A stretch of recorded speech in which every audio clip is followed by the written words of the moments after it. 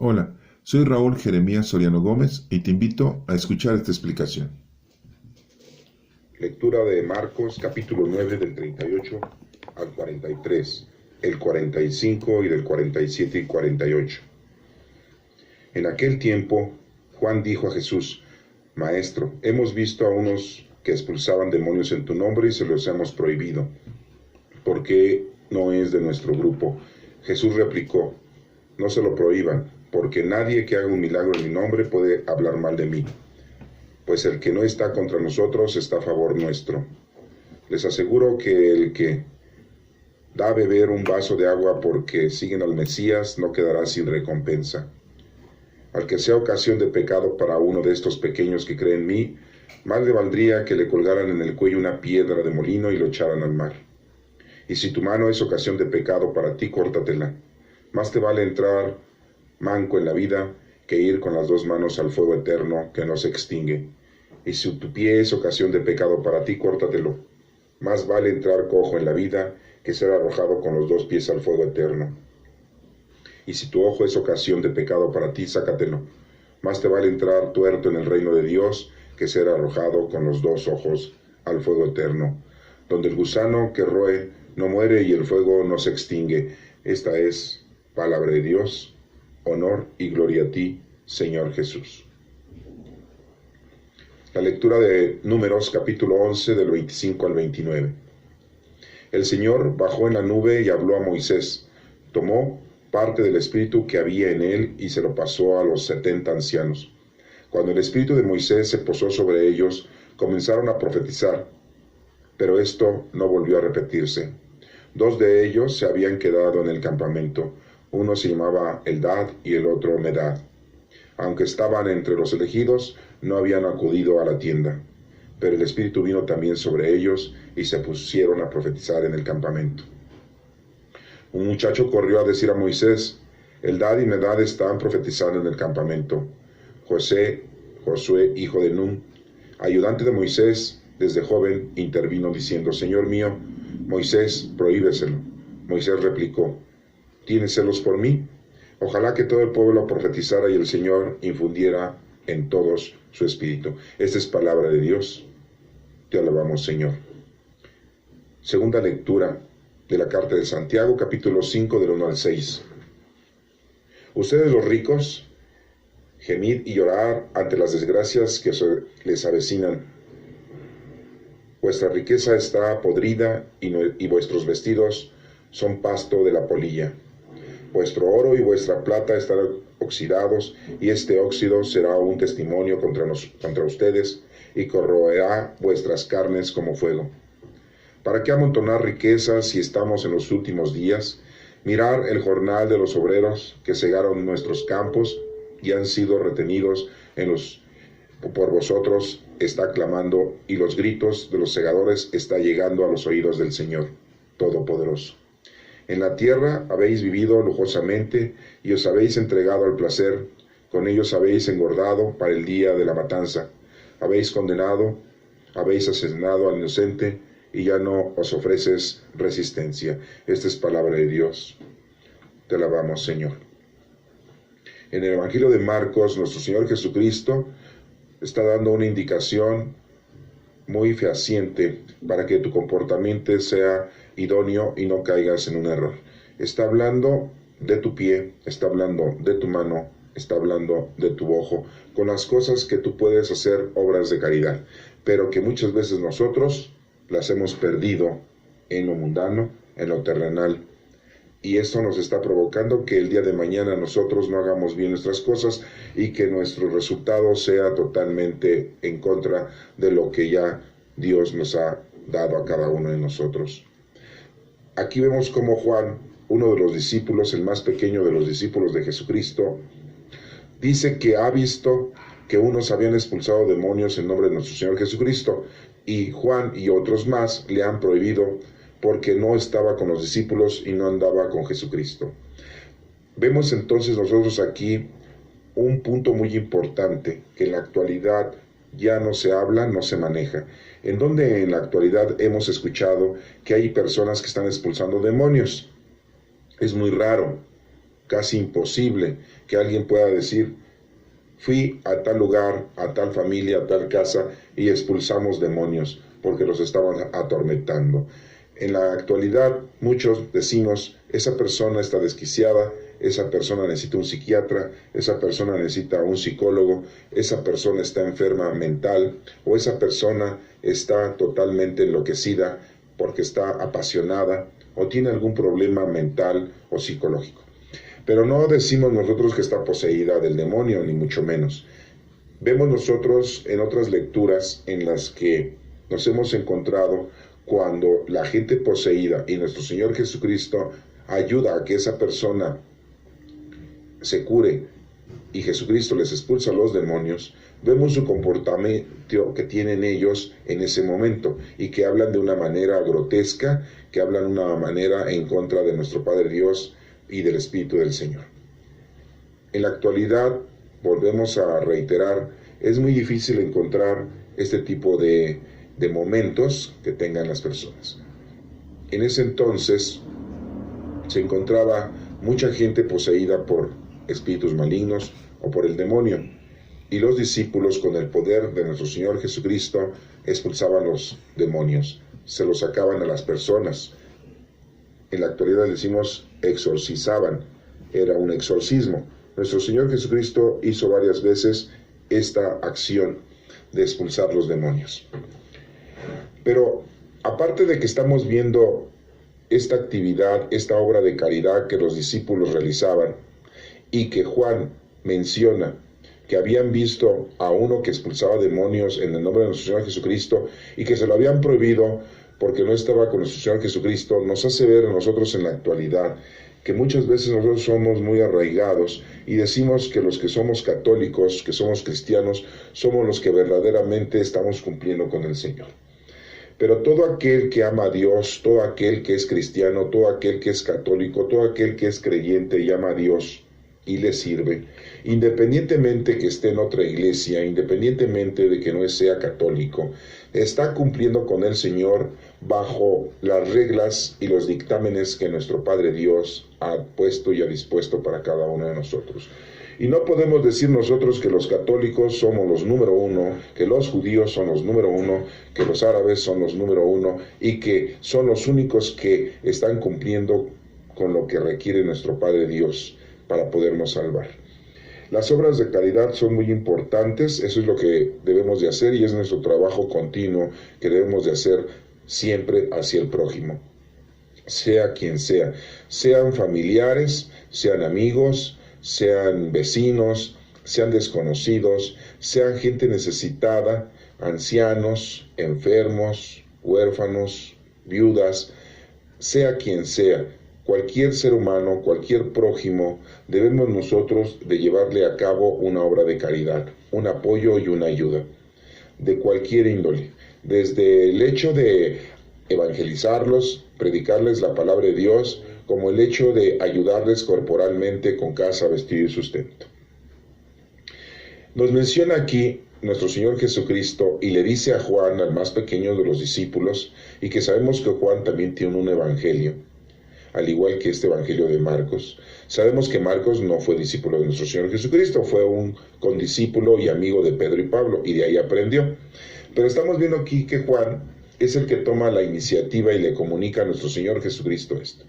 Vemos también la seriedad en la que Juan lleva a cabo esta explicación de haberle prohibido a esa persona que estaba haciendo un bien a otra persona, simple y llanamente por el hecho de que no era apóstol de nuestro Señor Jesucristo o no estaba con nuestro Señor Jesucristo. Y vemos la seriedad con la cual él está actuando, pero vemos que es un joven inexperto, vemos que es un muchacho que le falta mucho por aprender, mucho para vivir. Y por lo tanto nuestro Señor Jesucristo aquí le inyecta sabiduría, conocimiento, experiencia y madurez. ¿Y qué le dice? Que no se lo prohíba, porque nadie que haga una ayuda en el nombre de nuestro Señor Jesucristo puede estar hablando mal de nuestro Señor Jesucristo. Si todos nosotros que hacemos un bien en nombre de nuestro Señor Jesucristo, no podemos estar en contra de nuestro Señor Jesucristo.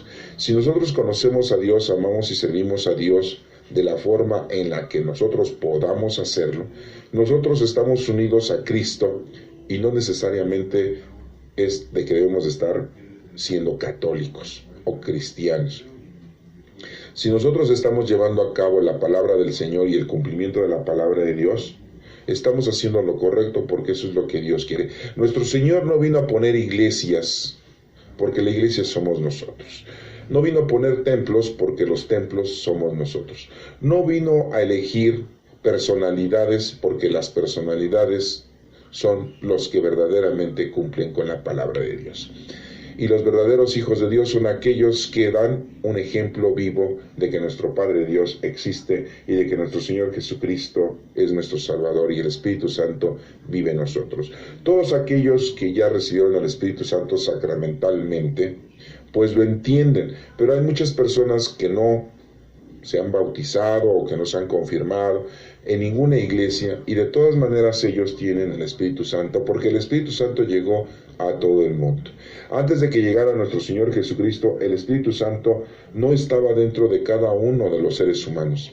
El Espíritu Santo habitaba, vivía y estaba ayudando al género humano, pero no de una forma, podríamos decirlo, personal o personificada. El Espíritu Santo en general ayudaba a todos, santificaba a todos. Por lo tanto, por eso el demonio se metía en las personas para hacerles un daño y para hacerles un mal, para poseerlos y para que su comportamiento fuera enfermizo y su comportamiento fuera inadecuado en las cosas de Dios. En la actualidad el Espíritu Santo vive en nosotros y hay una dificultad muy grande, ya que Dios ha prohibido que el demonio entre en el cuerpo del ser humano, porque el Espíritu de Dios ya vive en nosotros. Nosotros somos templos del Espíritu Santo. Por lo tanto, el espíritu maligno no puede habitar dentro de nosotros porque ya nosotros tenemos el Espíritu de Dios. Y el Señor se lo ha prohibido. Por eso en la actualidad ya no se presentan esos casos tan exagerados, tan exuberantes, tan notorios de que el demonio se le metiera a las personas. Esto quiero aclarar que no es imposible que el espíritu maligno entre en las personas y sean posesos. La actualidad es más difícil, pero si un ser humano, un hijo de Dios, un cristiano o un católico, pues ya tiene al Espíritu Santo, es más difícil que esto se pueda presentar. Y aquí nos está mencionando muy claramente Jesucristo la respuesta a este discípulo Juan, el más joven, como les había yo mencionado, inexperto, que así son los jóvenes, que van aprendiendo en su juventud y que van teniendo poco a poco conocimiento y experiencia. El día de mañana van a ser personas con mucha madurez. Le dice que no se lo prohíba, porque todo aquel que hágase un bien, no, en nombre de nuestro Señor Jesucristo, después no va a estar hablando mal de nuestro Señor Jesucristo. Y muy claramente le dice que el que está con nosotros está a favor nuestro. Dice que les aseguro que el que debe beber un vaso de agua, un vaso con agua, por seguir al Mesías, no quedará sin recompensa. Esto nos da a entender que nuestro Señor Jesucristo sabe perfectamente todas las acciones que nosotros vamos realizando en nuestra vida cotidiana. Dios lo sabe. Por lo tanto, todo lo que tú hagas bueno hacia los demás, el Señor lo tiene en conocimiento. El Señor lo tiene anotado y nunca se te va a echar en cara. Al contrario, siempre va a estar a tu favor. Recuerda que lo que venimos es a conocer, amar y servir a Dios. No venimos a otra cosa. Desafortunadamente nuestros 5 sentidos, y tenemos un cuerpo humano que nos hace y nos provoca que nosotros nos distanciemos de las cosas espirituales y vivimos más de una forma material y mundana. Las dos cosas son muy importantes en este tiempo, en esta vida que tenemos terrenal. Vivir una vida terrenal honrosa y también vivir una vida espiritual honrosa. Las dos deben de estar equilibradas. No puede exigirse más lo espiritual y menos lo corporal, y tampoco más lo corporal y menos lo espiritual. Las dos cosas son muy importantes. Dice por ahí un dicho: es primero comer que ser cristiano. Es lógico, porque si no comes te mueres, y entonces pues el cristiano que iba a vivir pues ya se murió. Entonces no puedes ser primero cristiano y después comer, porque tienes que darle de comer a este cuerpo material y mundano para poderlo poner al servicio del Señor. Nos menciona aquí también que al que sea ocasión de pecado para uno de estos pequeños que cree en mí, más le valdría que colgara en el cuello una piedra de molino y lo echaran al mar. Muy claramente nos está mencionando nuestro Señor Jesucristo que nosotros no podemos infringir, no podemos ocasionar un daño a estas personas que están en nombre de nuestro Señor, predicando, trabajando, haciendo obras de caridad. Y no se lo podemos prohibir y no podemos condenarlos, ni mucho menos decirles, oye, este es de otra iglesia, este no se confiesa, no comulga y no es un católico, por lo tanto, el día que se muera se va a morir en pecado y no se va a ir al cielo. No podemos nosotros estar condenando a nadie, ni mucho menos estar diciendo que el Señor lo va a castigar porque no se confesó, no comulgó, no asistió a misa los domingos en la Iglesia Católica. No podemos nosotros decir esas barbaridades ni condenar a esas personas. Si estas personas están haciendo mejor labor que nosotros y están haciendo obras de caridad, nosotros no podemos condenarlos. Y no podemos decir eso, porque imagínense, la iglesia de los árabes, ellos no se confiesan y no comulgan, y entonces vamos a decir que todos los árabes, durante los últimos 2000 años que tienen la existencia del cristianismo, entonces todos los árabes se han muerto y se han ido al infierno, y se han perdido y Dios los ha condenado. Pues no podemos decir eso, y mucho menos tampoco podemos decir eso con los hebreos o los judíos, que tampoco dentro de su religión existe la confesión y la comunión, y tampoco van a misa. Y no podemos condenarlos a muerte, ni tampoco decir que ellos el día que se mueran, pues mueren en pecado y se van a ir al infierno. Nosotros no podemos estar diciendo esa bola de estupideces porque eso sería gravable para nosotros. Debemos de entender que nosotros como católicos debemos de tener una serie de reglas o estatutos que nos conllevan a conocer la doctrina de Dios y por lo tanto llevarla y ejecutarla plenamente. Pero lo principal, tanto para los árabes como para los judíos, como para los cristianos, y en este caso los católicos, es conocer a Dios, amar a Dios y servir a Dios. Los judíos, los hebreos, recordemos que tienen el Pentateuco al igual que nosotros, los 5 primeros libros de la Biblia, y también tienen todos los libros proféticos que tenemos nosotros. Nosotros los obtuvimos de parte de ellos, no ellos obtuvieron los libros de parte de nosotros. Nosotros tenemos el Nuevo Testamento, que son 27 libros. Los judíos no lo tienen. Pero también nosotros debemos entender que los árabes tienen el Corán, y el Corán también habla de nuestro Padre Dios, ya que sabemos que los árabes también son descendientes de Abraham, por parte de Ismael, el primer hijo que tuvo Abraham con su sirvienta egipcia y Agar, y que de ahí viene toda la descendencia de los árabes, y de Sara vienen todos los descendientes del hijo de Isaac, y que ahí vienen todos los descendientes, los hebreos. Y cuando nosotros empezamos a progresar la doctrina cristiana, empezamos a inventar o empezamos a poner estatutos doctrinales para poder llevar una vida más decorosa, más afirme a la realización de las cosas del Señor. Y por lo tanto nosotros invocamos a nuestro Padre Dios de una manera quizá distinta que los judíos y quizá distinta que los árabes. ¿Por qué menciono solamente estas 3 religiones o estas 3 razas? Porque son las monoteístas, son las que solamente tienen un solo Dios. Y hay otras religiones que tienen otros dioses. Pero dentro del cristianismo se han suscitado varias religiones o varias sectas o varias ideologías. Y podríamos decir que vienen los evangélicos, los bautistas, los cristianos, los mormones, los testigos de Jehová, y que son los más afamados ahorita o que se están mencionando continuamente. Pues también conocen a Dios, aman a Dios y lo sirven si es que lo están haciendo correctamente. A lo mejor están equivocados, al igual nosotros como católicos nos hemos equivocado y estamos viendo aquí una equivocación al estar condenando o al estar enfatizando que toda esa gente que no se confiesa, no comulga, no escucha misa o no reza el rosario o no va a la Basílica de Guadalupe, pues está condenando. Sería una tontería decir esto. Por eso nuestro Señor Jesucristo le dice a Juan que no se lo prohíba a esa persona que está haciendo milagros, que está ayudando a una persona, sacándole los demonios. No dice que le está curando de darle la vista, o era un cojo y lo hizo caminar, no, o le dio de comer, casa, vestido, sustento, no. Le está sacando, le está expulsando el demonio, en nombre de nuestro Señor Jesucristo. El demonio sale se expulsa en nombre de nuestro Señor Jesucristo. No se puede expulsar en nombre de otra forma, solamente de nuestro Padre Dios, nuestro Señor Jesucristo y del Espíritu Santo, porque nuestro Señor Jesucristo vino a marcar plenamente el triunfo sobre el pecado. El demonio es el pecado. Y bueno, pues aquí vemos cómo, ya regresando a la lectura, nos damos cuenta que muy claramente dice que aquel que condiciona, aquel que condena a toda esa gente que porque no es de la Iglesia Católica, pues más le valdría ponerse en el cuello una piedra de molino y echarse al mar para que se ahogue y se muera, porque no sirve. Entonces, hermanos, no podemos prohibirle a la gente, a nadie, si están predicando en nombre de Dios, en nombre de nuestro Señor Jesucristo, y están haciendo todo en nombre de nuestro Señor Jesucristo.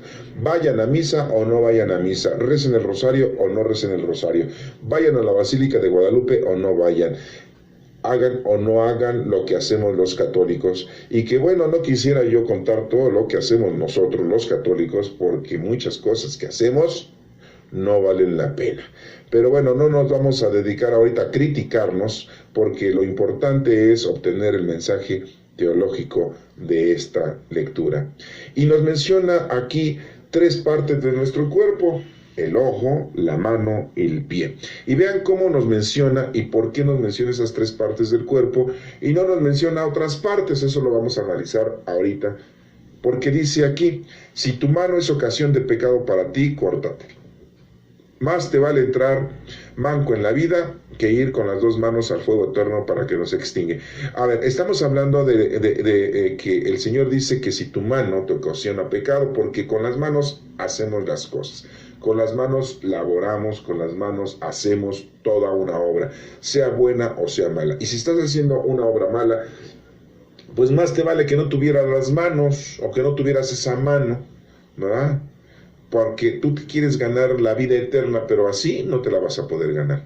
Estás ganándote la vida mundana, a lo mejor al robar, al tener poder, al llevar a cabo una acción con tus manos y que estás provocando el mal hacia los demás, porque eso es lo que hacemos muchas veces nosotros en la vida.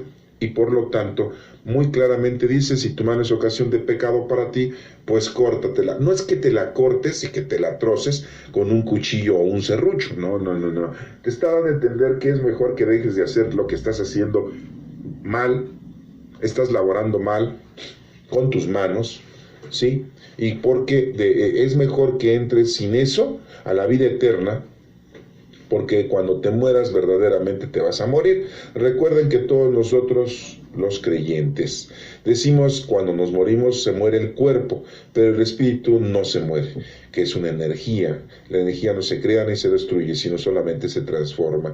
Y nosotros en la liturgia dominical, en la liturgia diaria, decimos a todos aquellos que se durmieron en la esperanza de la resurrección. Eso es lo que nosotros proclamamos: dormirnos. No nos morimos, se muere el cuerpo, sí, la cosa orgánica, pero la cosa espiritual, decimos nosotros, se duerme con la esperanza de la resurrección. ¿Por qué? Porque no nos vamos a morir si nosotros verdaderamente conocimos, amamos y servimos a Dios. Por lo tanto, aquí muy claramente: con tus manos laboras, haces obras de caridad o haces obras malas para enriquecerte, para llegar al poder, para mancillar a alguien. Con tus manos llevas a cabo el pecado, maltratas a las personas, con tus manos dejas de hacer obras de caridad y por lo tanto esa es omisión, es el pecado de la omisión.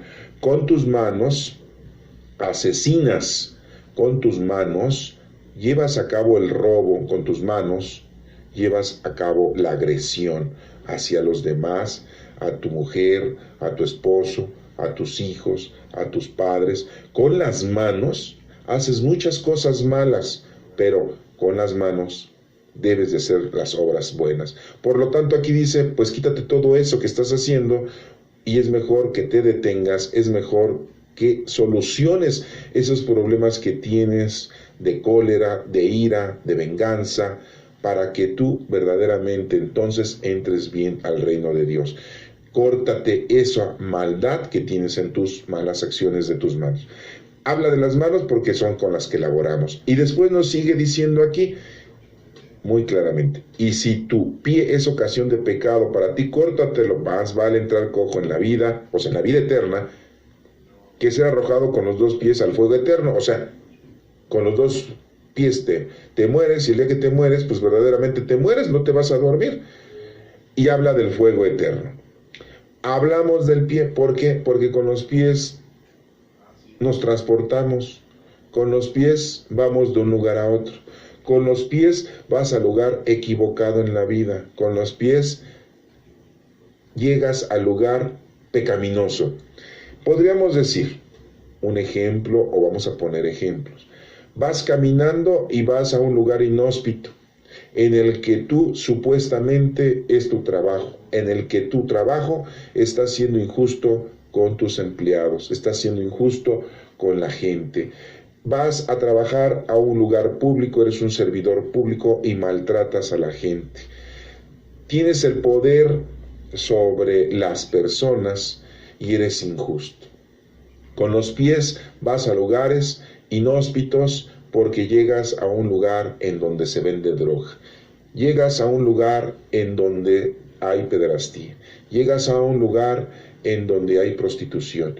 Llegas a un lugar a donde hay robo. Llegas a un lugar a donde hay poder sobre las personas, en la política.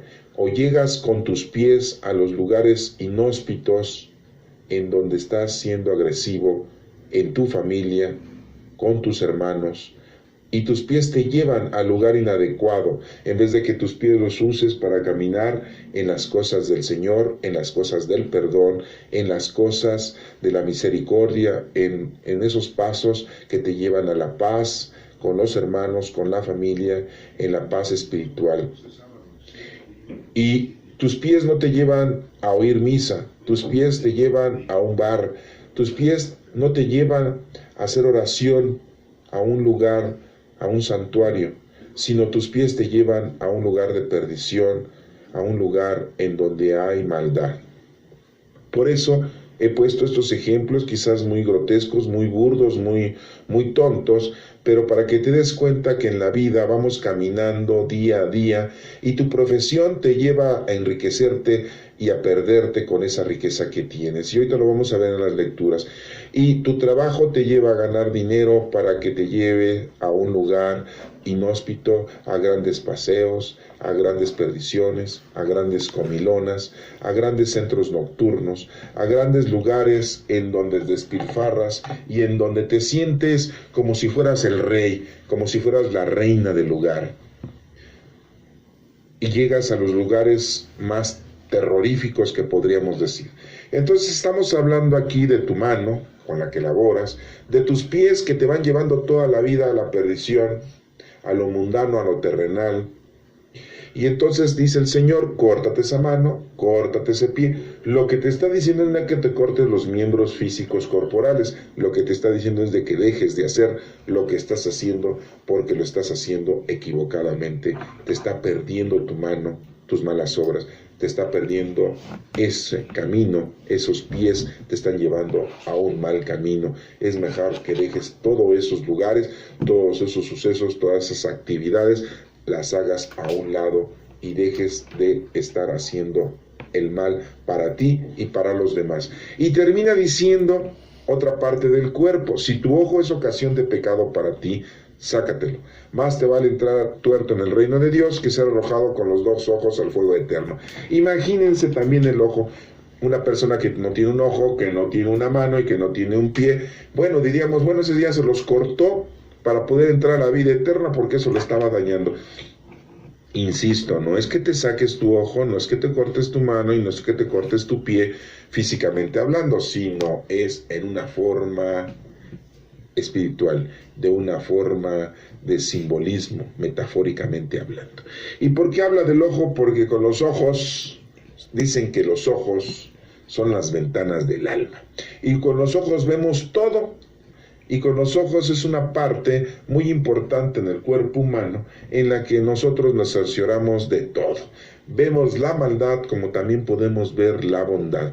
Vemos más allá de lo que podemos alcanzar y lo queremos obtener.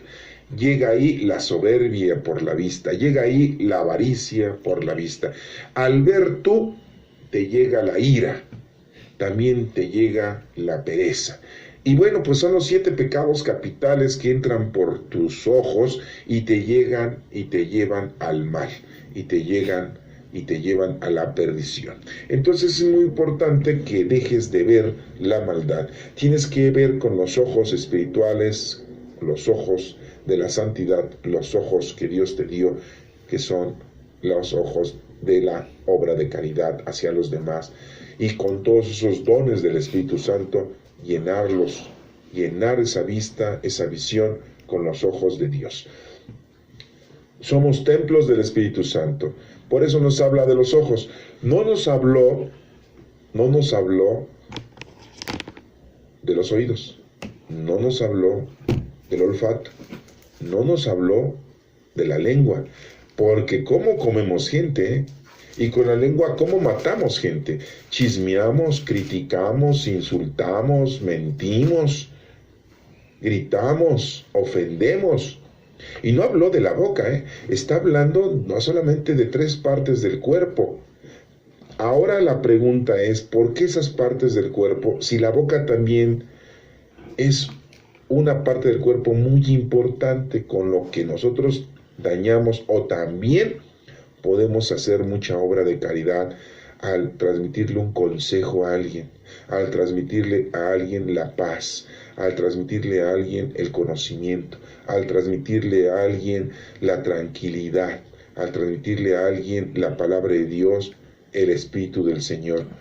Recuerden que el Señor, nuestro Padre, Dios nos dijo que la palabra era muy importante, por eso estamos ahorita aquí escuchando la palabra de Dios.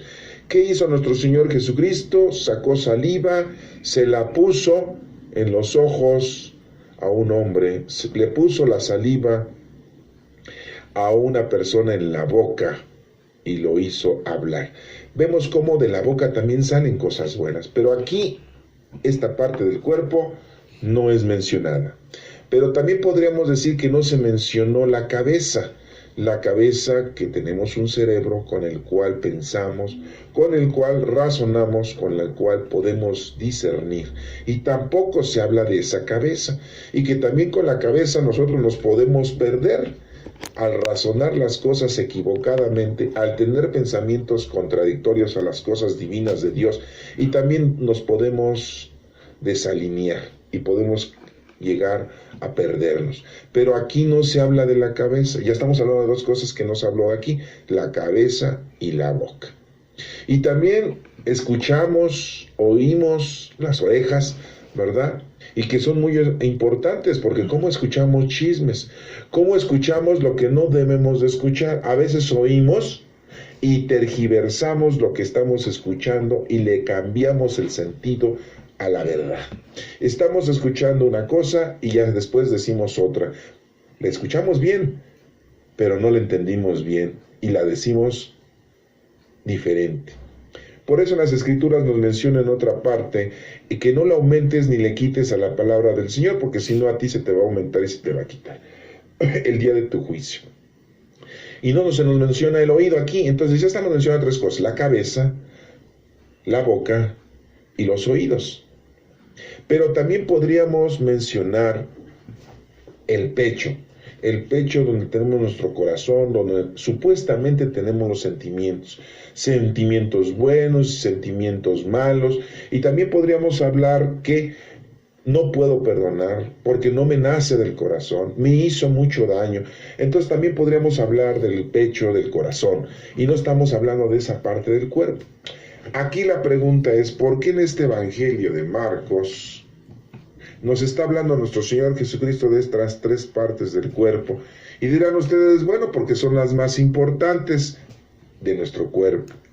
Los pies por el camino, las manos para laborar y los ojos para ver las obras de caridad. Podemos ver las obras y es muy importante verlas. Podemos hacer las obras con las manos y podemos caminar, pero en el camino del Señor, no en el camino mundano y terrenal. Las 3 partes que se nos mencionan aquí son las más importantes para dar inicio y continuar con las otras que acabo de mencionar, que son la boca, el oído, la cabeza, el corazón, que está en el pecho, y todas las demás partes de nuestro cuerpo. La más o las más importante para poder dar inicio al trabajo del Señor es caminar por el camino del Señor, hacer las obras que el Señor te está pidiendo y que veas verdaderamente las obras que estás tú haciendo, porque se quedarán grabadas en tu memoria.